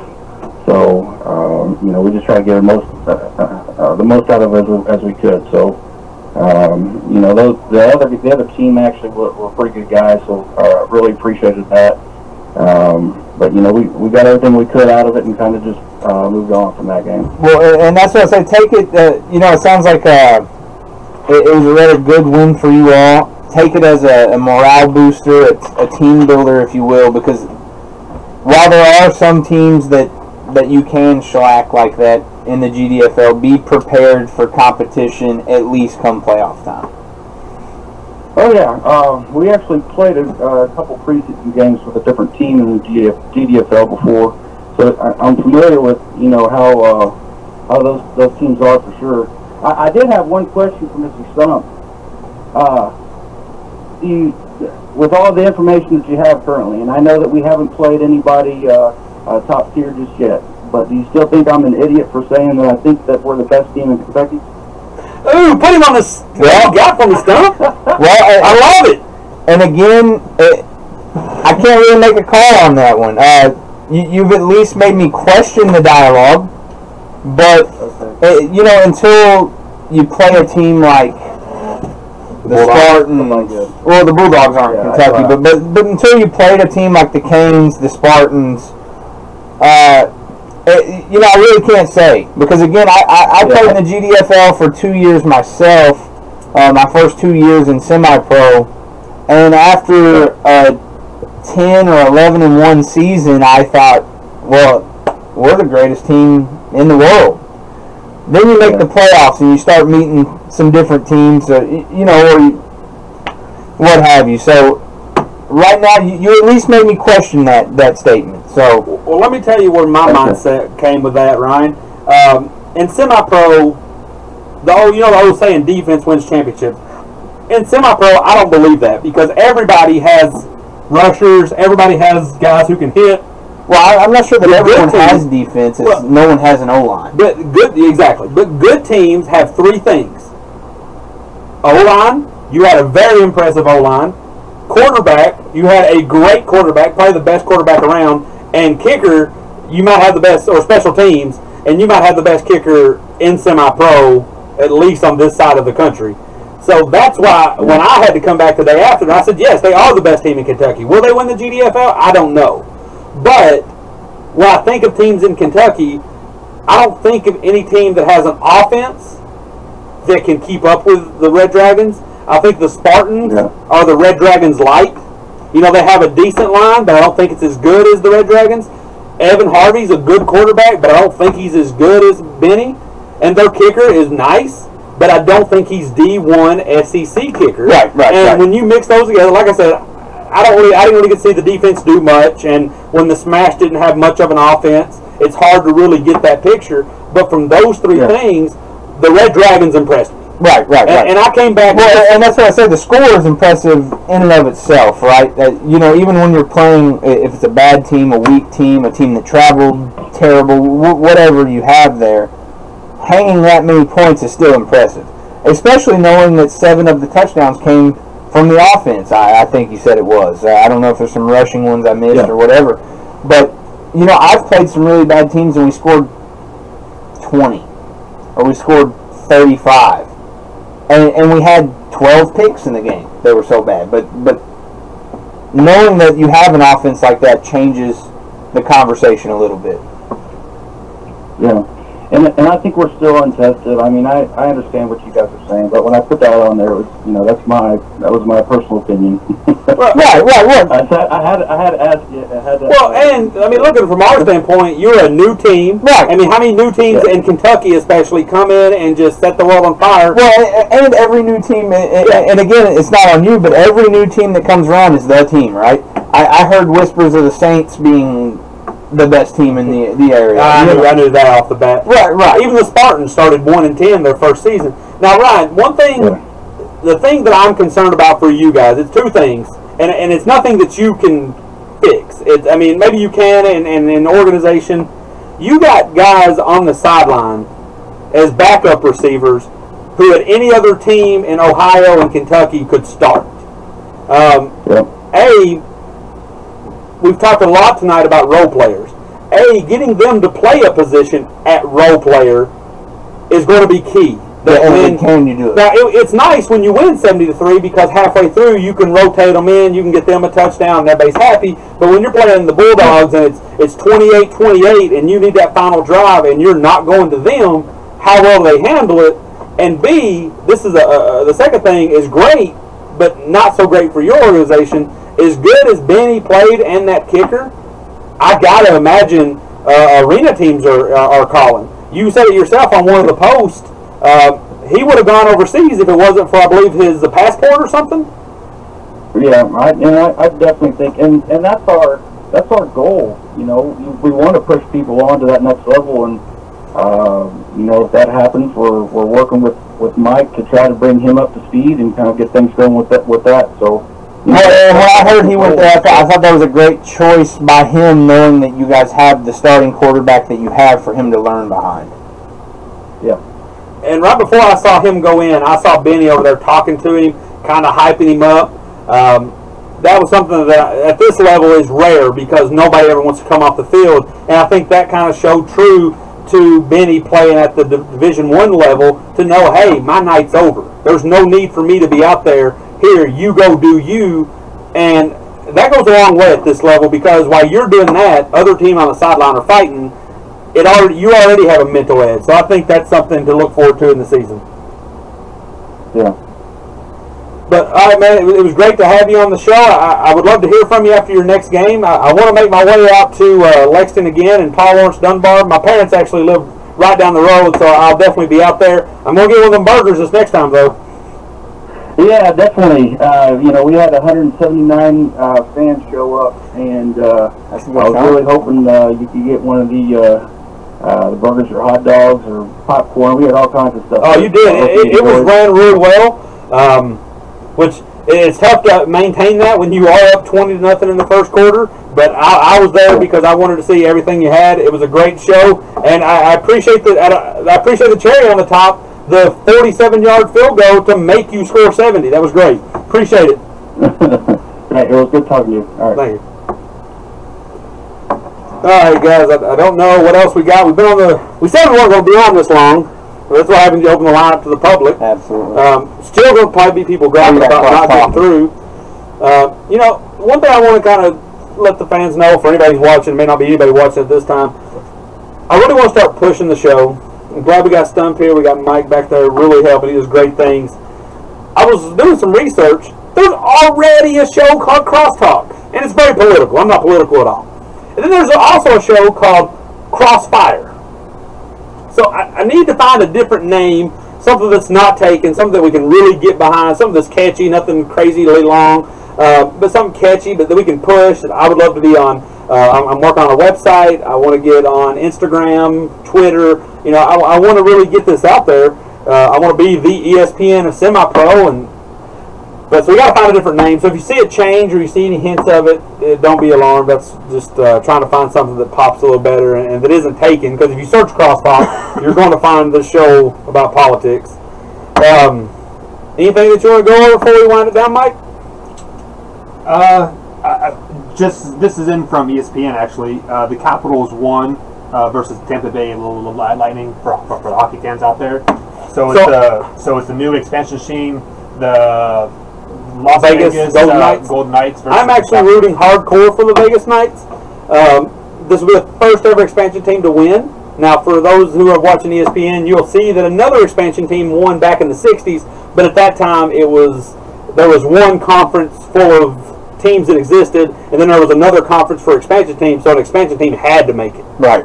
So I'm rooting. That would be, for those who aren't hockey fans, it would be like, but there ain't been an expansion team in a while, but it would be like when the Charlotte Bobcats came out. Or Jacksonville Jaguars first started. Which actually, it didn't take them long to get to the AFC Championship, did it? Right. Well, and Carolina Panthers made it to the Super Bowl rather quickly. But I think when you think like NBA, you think 82 games. Right. Hockey has 82 games. It's like the Bobcats trying to come in with Gerald Wallace and a mega Okafor and try to win the national title. It's impossible. And to see it done in hockey, which I don't know much about, I've been watching in in the playoffs. It's super impressive. Recap on the score. I'm sure if you're watching this, you're probably watching the game. It's 90-73 Celtics. I imagine they're going to win. Any questions? Any hot takes out before we go? I mean, like, you've been on record saying that you hate LeBron James. No, I never said I hate LeBron. I said I'm just not rooting for him. You're just not rooting for him. Yeah. Okay. So those two games in Cleveland when he put the team on his back and said we will win 2 games. Mm-hmm. Do you think that puts him up there on the top 3 players in the world, or like ever? Yeah, I mean, I think he is top 3, and mainly also because he gives us something we never seen. Right. How many times do you see a 6'8" guy who does what he does? Everybody loves Kobe, but to me, Kobe's just... He's a mirror image. He's a Michael Jordan light. He's your diet Michael Jordan. Yeah. LeBron is something you've never seen before. Just like Shaq, we had seen 7-footers. We had seen 300-pound guys. We had never seen anybody like Shaq pre-2004. I think that's when he kind of started. But just to be 7'1", to be 200-something pounds, and do whatever. And could you imagine how good he would have been if he had been prideful and shot underhanded? But I have nothing against LeBron. I do think he's one of the best. I don't think you should hold his finals performance against him. Right. I'm just a Durant fan. I'm a bandwagon fan, to be honest. But my bandwagon does not go to LeBron James. I like Steph Curry. I like Kevin Durant when he came out of Texas. So now they're all together. And what kills me about some of the arguments, granted, the Jordan argument, whatever, when the biggest part of that argument comes down to the finals record, and Jordan was losing playoff basketball as well just before he made it there. Right. You would almost be better off if you're not going to win it to not make it. Yeah, because then it doesn't count against you. Because no one remembers that. Yeah. One thing I found very interesting, do you remember in 2010 when he first went to Miami? Everybody said he's not going to win. There is the big 3. They got a jail. They're not going to make it. Boston's too good with KG, Paul Pierce, Ray Allen, and Rondo. They're too good. This isn't the year. Well, then they won. They made it past. They made it to the finals. But everyone reset their expectations because they thought, well, hey, they got over this team, then they're naturally going to win the title. And when they didn't, they looked at it as a failure. How? You said they weren't going to beat Boston. You said they weren't going to be gelled enough to make it to the finals. They beat Boston. They make it to the finals. They come up a little short against the Dirk Nowitzki team. Yeah, and now they fail. And honestly, that Dirk Nowitzki you saw in that series, that might be one of the best series of basketball I've ever seen a player play. What Dirk Nowitzki was doing, it was ridiculous. Yeah, he single-handedly put the team on his back. Yeah. I mean, he carried We the were team. going to win. Yeah. Shots that no one should ever take, and he's drilling over and over again. All right. Well, before we meet again, we'll have results of the final. What's your NBA finals looking like? Well, Cleveland hasn't proven to me they can win in Boston, and the series runs through Boston. Exactly, and I think it'll go 7. Yeah. I think that game 7 is going to be a great one.